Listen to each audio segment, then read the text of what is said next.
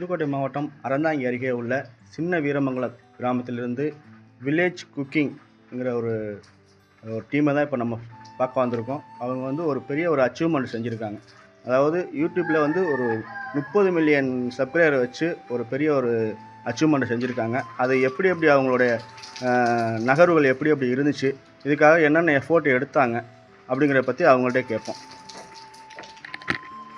சொல்லுங்கள் சார், இப்போ உங்களுக்கு இந்த ஒரு அச்சீவ்மெண்ட் எப்படி வந்து? எல்லாருக்கும் வணக்கம்.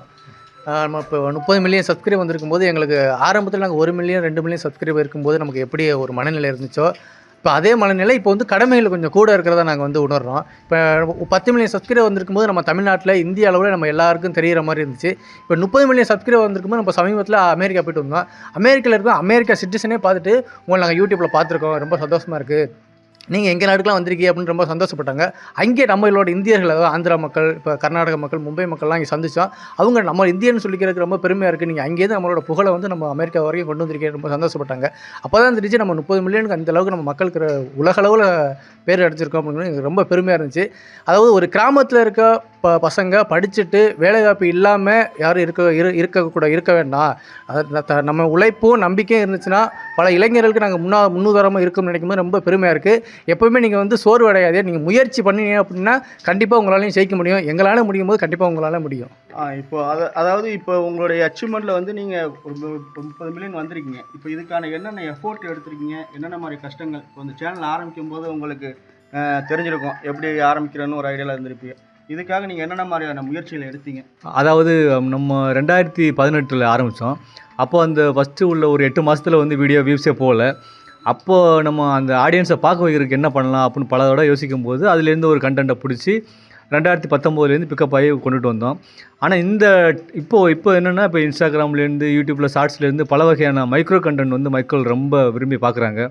ஸோ லாங் ஃபார்ம் கண்டென்ட்டுக்கு வந்து கொஞ்சம் அவங்க அதிகமாக ஃபோக்கஸ் பண்ணுறதில்ல, மக்கள் வந்து நேரம் செலவிடுறதில்ல. ஸோ அந்த மாதிரி இருக்கும்போது 2019க்கும் 2025க்கும் நிறையா வித்தியாசம் இருக்குது. ஒவ்வொரு காலகட்டத்துலேயும் நம்ம டெக்னாலஜி எப்படி மாறுது, மக்களோட டேஸ்ட் எப்படி மாறுதுன்னு ஒவ்வொரு விஷயமும் ஒவ்வொரு கட்டத்துலையும் பார்த்து அனலைஸ் பண்ணி அதை ஃபாலோ பண்ணி கொண்டு வரோம். இதான் எங்களுக்கு சேலஞ்சாக இருந்தது. இதை நாங்கள் என்னென்ன இருக்கோ அதெல்லாம் ரெகுலர் அப்டேட் பண்ணி வீடியோ முடிஞ்ச வரைக்கும் குவாலிட்டியாக, இப்போ மைக்ரோ கண்டென்ட் வந்து கன்சியூம் பண்ணுறாங்கன்னா அந்த ஸ்பீடுக்கு வந்து நம்ம லாங் ஃபார்ம் கண்டென்ட்டை கொண்டு வருது. இந்த மாதிரி விஷயங்களை வந்து பண்ணி 30 மில்லியன் அச்சீவ் பண்ணியிருக்கோம். இப்போ இந்த வில்லேஜில் நீங்கள் இருந்திருக்கும் போது உங்களுடைய சிரமங்கள்லாம் என்ன மாதிரி சிரமங்கள் பட்டுட்டு நீங்கள் எப்படி அதை இந்த மாதிரி அச்சீவ்மெண்ட்டுக்கு வர முடிஞ்சுச்சு? வில்லேஜ்னால் நமக்கு வந்து இன்டர்நெட் வந்து அவ்வளோ அதிகமாக கிடைக்காது. 2018-19 இன்டர்நெட் ஸ்பீடு ரொம்ப ஸ்லோ. ஒரு வீடியோ அப்லோட் போட்டு நைட்டு தூங்கிடுவோம், மறுநாள் டே ஃபுல்லாக அப்லோட் ஆகும். அதுக்கப்புறம் மறுநாள் சாயங்காலம் தான் நம்ம வந்து அது வீடியோ ரிலீஸ் பண்ண முடியும். ஸோ கிட்டத்தட்ட 24 மணி நேரத்துக்கு மேலே ஆகும் வீடியோ அப்லோட் பண்ணுறதுக்கு. அப்புறம் ரீச் பண்ணதுக்கப்புறம் இப்போ இன்டர்நெட் வந்து பிஎஸ்என்எல்லேருந்து கொண்டு வந்து நம்ம ஊருக்கு கொண்டு வந்து இப்போ நாங்கள் அதை யூஸ் பண்ணிக்கிட்டு இருக்கோம். இப்போ 8K வீடியோவில் அது நல்லா அப்லோட் ஆகிட்டுருக்கு.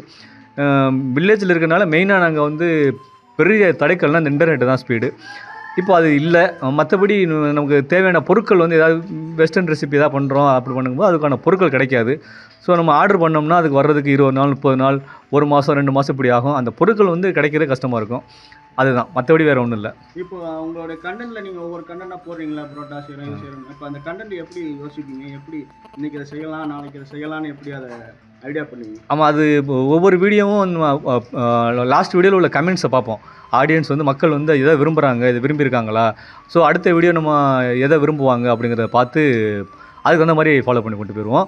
ரொம்ப கஷ்டமான ரெசிபியாக இருந்தால் நாங்கள் செஞ்சு பார்த்துட்டு 1க்கு 2 தடவை செஞ்சு பார்த்து அது எப்படி பெர்ஃபெக்டாக கொண்டு ஆடியன்ஸுக்கு காட்டணும். ஏன்னா அவங்க செஞ்சு பார்ப்பாங்க.